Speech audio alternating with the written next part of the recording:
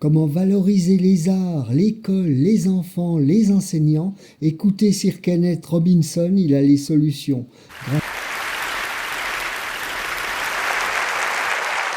Thank you very much. Country, 60% of kids drop out of high school. In the Native American communities, it's 80% of kids. If we halved that number, one estimate is it would create a net gain to the US economy over 10 years of nearly $1 trillion. From an economic point of view, this is good math, isn't it? That we should do this. It actually costs an enormous amount to mop up the damage from the dropout crisis. But the dropout crisis is just the tip of an iceberg. What it doesn't count are all the kids who are in school but being disengaged from it, who don't enjoy it, who don't get any real benefit from it. And the reason is not that we're not spending enough money. America spends more money on education than most other countries. Class sizes are smaller than in many countries. And there are hundreds of initiatives every year to try and improve education. The trouble is, it's all going in the wrong direction. There are three principles on which human life flourishes, and they are contradicted by the culture of education under which most teachers have to labour and most students have to endure. The first is this, that human beings are naturally different and diverse. Can I ask you, how many of you have got children of your own? Okay. Or grandchildren? How about 2 children or more? Right. And the rest of you have seen such children? Small people wandering about. I will make you a bet, and I'm confident I will win the bet. If you've got 2 children or more, I bet you they are completely different from each other, aren't they? Aren't they? You would never confuse them, would you? Like, which one are you? Remind me. Your mother and I are going to introduce some colour-coding system so we don't get confused. Education under No Child Left Behind is based on not diversity, but conformity. What schools are encouraged to do is to find out what kids can do across a very narrow spectrum of achievement. One of the effects of No Child Left Behind has been to narrow the focus onto the so-called STEM disciplines. They're very important. I'm not here to argue against science and math. On the contrary, they're necessary, but they're not sufficient. A real education has to give equal weight to the arts, the humanities, to physical education. An awful lot of kids... Sorry, thank you.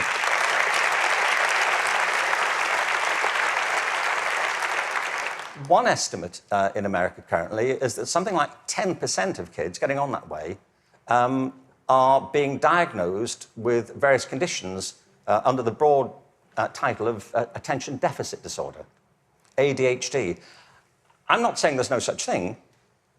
I just don't believe it's an epidemic like this. If you sit kids down hour after hour doing low-grade clerical work, don't be surprised if they start to fidget, you know.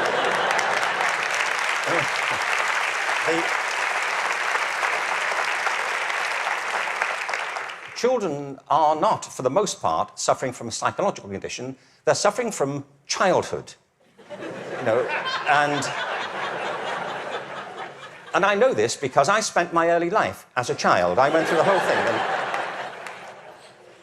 kids prosper best with a broad curriculum that celebrates their various talents, not just a small range of them. And by the way, the arts aren't just important because they improve math scores, they're important because they speak to parts of children's being which are otherwise untouched.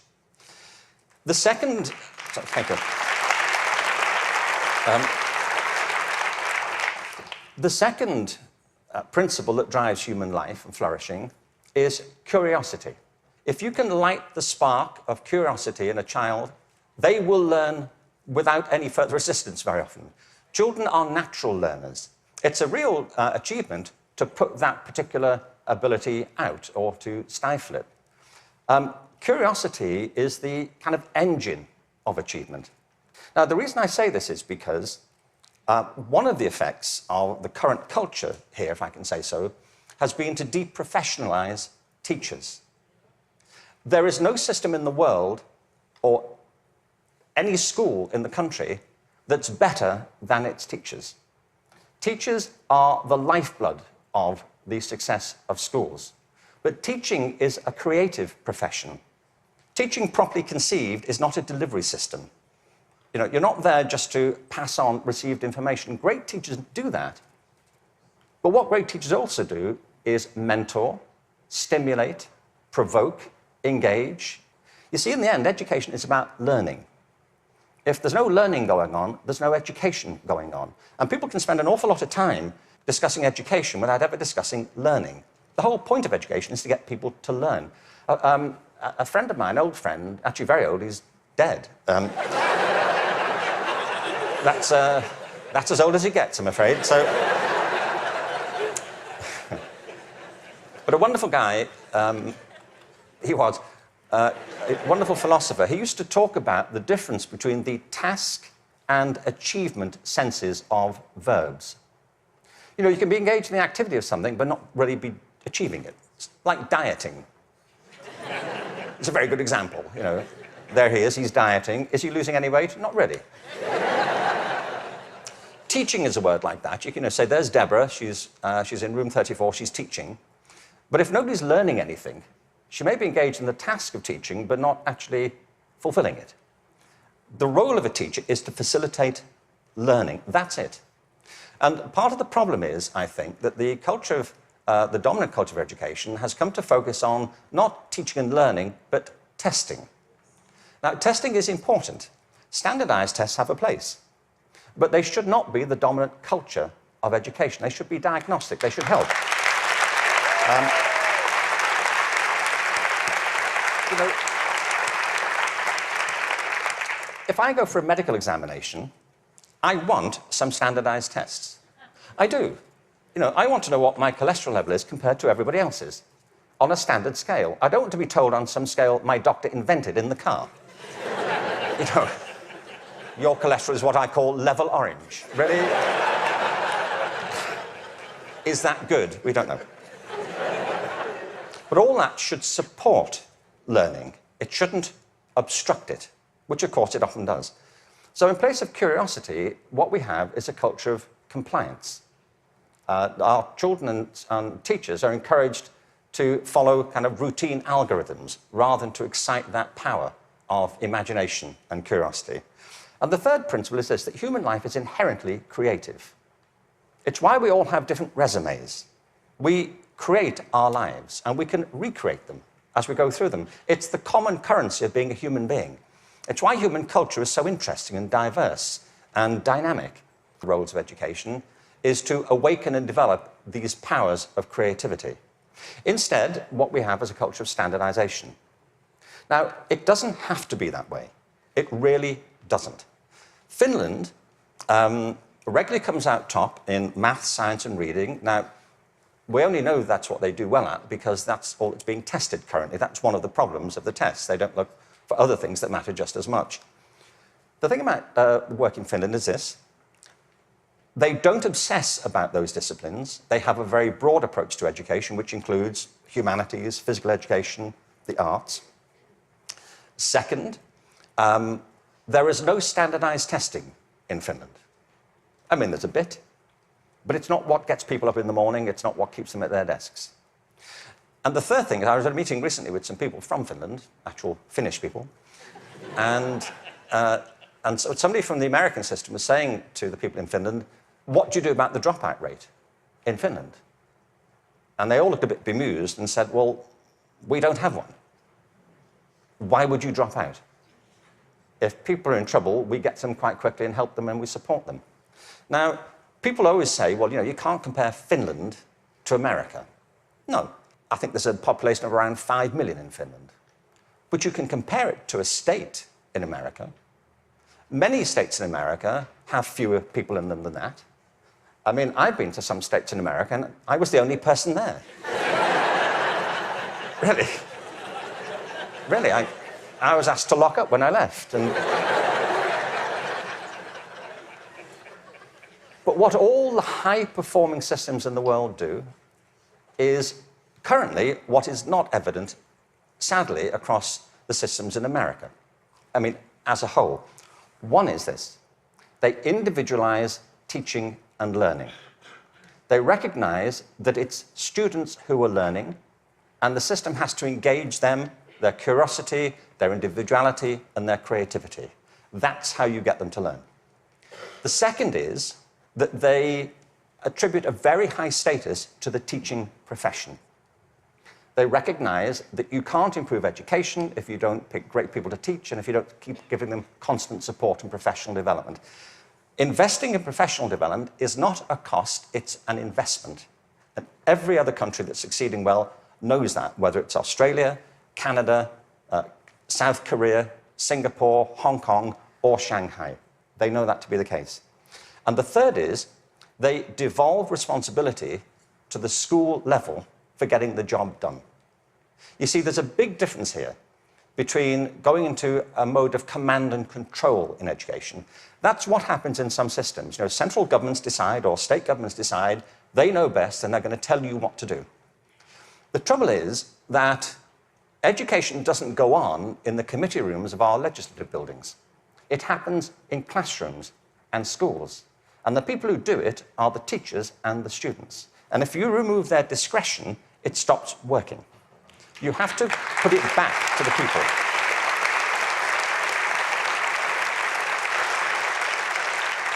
There's wonderful work happening in this country. But I have to say, it's happening in spite of the dominant culture of education, not because of it. It's like people are sailing into a headwind all the time. And the reason I think is this, that many of the current policies are based on mechanistic conceptions of education. It's like education is an industrial process that can be improved just by having better data.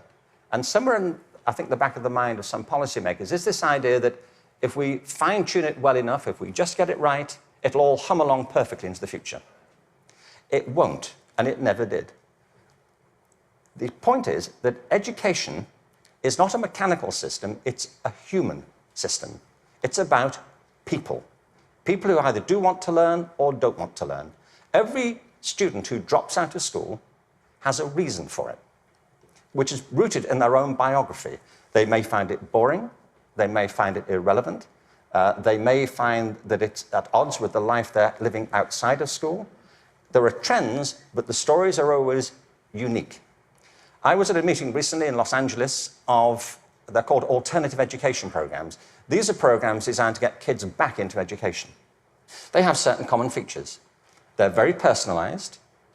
They have strong support for the teachers, close links with the community, and a broad and diverse curriculum, and often programs which involve students outside school as well as inside school. And they work. What's interesting to me is these are called alternative education. You know? And all the evidence from around the world is if we all did that, there'd be no need for the alternative.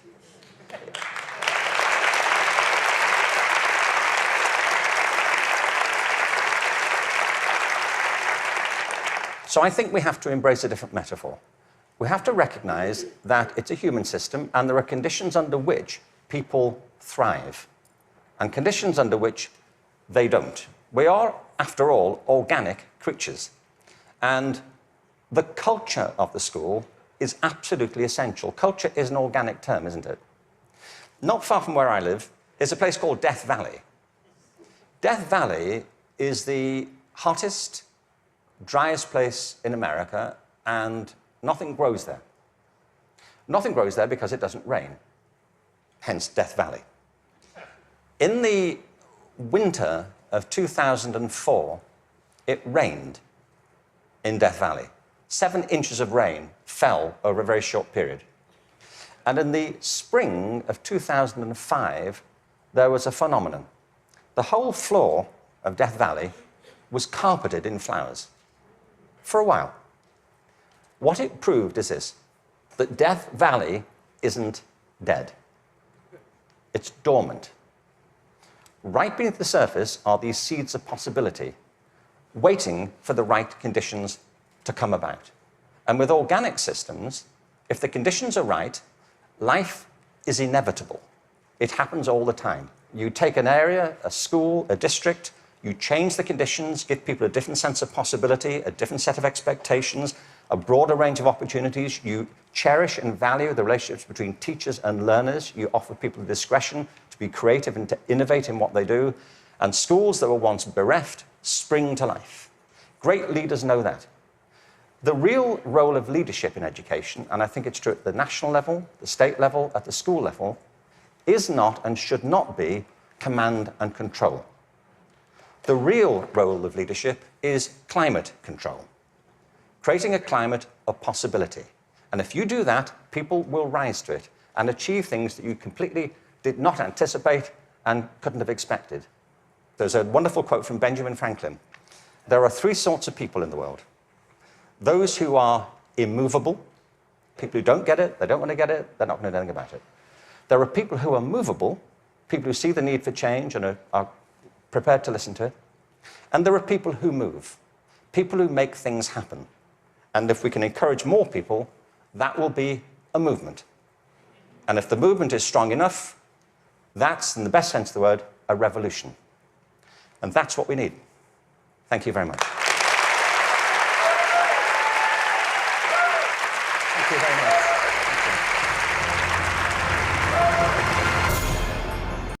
J'espère que ce que vous venez d'entendre vous a donné l'envie, l'enthousiasme de démarrer la créativité. Allez, inscrivez-vous, c'est parti!